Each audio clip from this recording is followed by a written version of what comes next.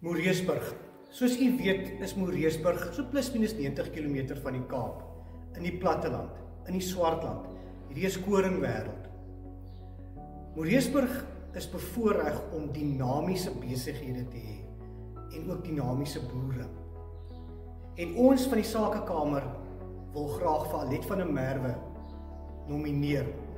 Jy gaan nou hoor van Alet en haar baie interessante storie, maar ook 'n storie wat dien as inspirasie vir besighede, vir vrouens, boere, wie ook al. Luister mooi wat Alet te sê het. Ek is Alet van der Merwe en ek boer op die plaas Drinkvleis so 15 km buite Moreesburg.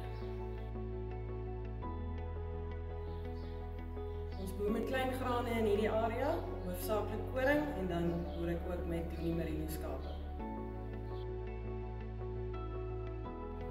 Ek is die derde generasie op Drinkvleis.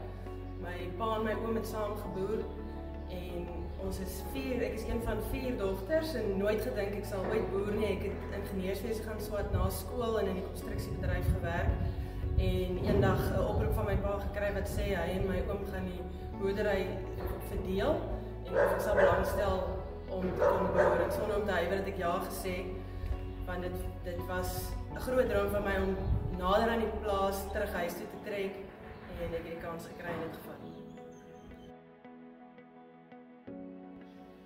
Ek is al so 8,5 jaar op die plaas.